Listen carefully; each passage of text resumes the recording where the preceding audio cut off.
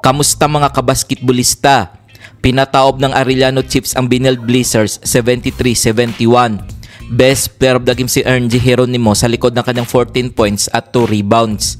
Panalo naman ng GRU Heavy Bombers kontra sa AAC Generals 75-63.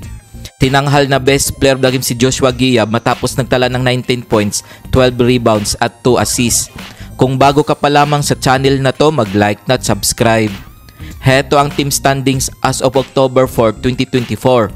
Benilde Blizzards 6 wins 2 losses. Mapua Cardinals 6 wins 2 losses. Letran Knights 5 wins 3 losses.